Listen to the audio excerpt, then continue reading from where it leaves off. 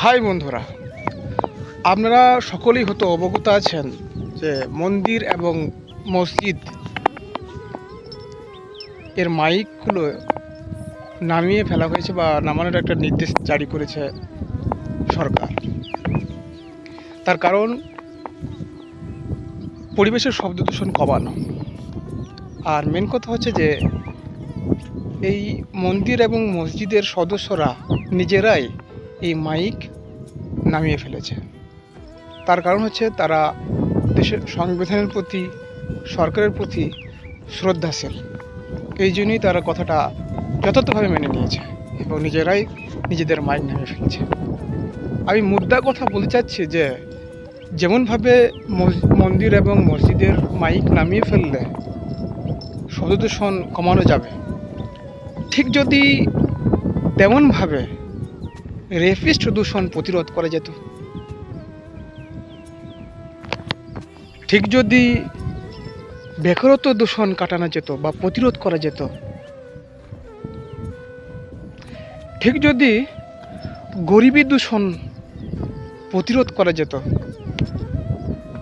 আর এই যে আমি কথাগুলি বললাম তার কারণ হচ্ছে 1986 সালে পরিবেশ সংরক্ষণ আইন প্রণয়ন করা হয়।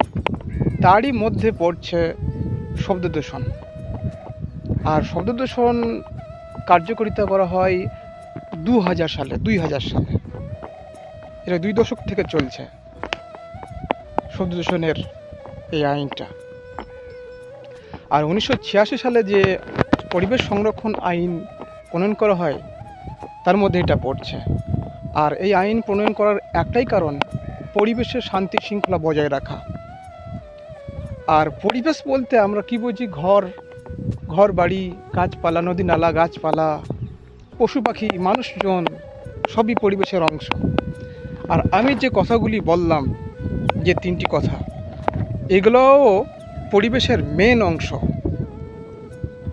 তাহলে এগুলোকেও, এই দূষণগুলোকেও প্রতিরোধ করা হোক, তবেই পরিবেশ আরোভাবে শান্তি থাকবে।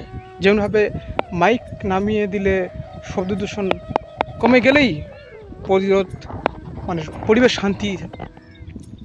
শান্তি চলে আসবে, পরিবেশের শান্তি বজায় থাকবে। ঠিক এই দূষণগুলো কাটালেও আরও খুশি হব।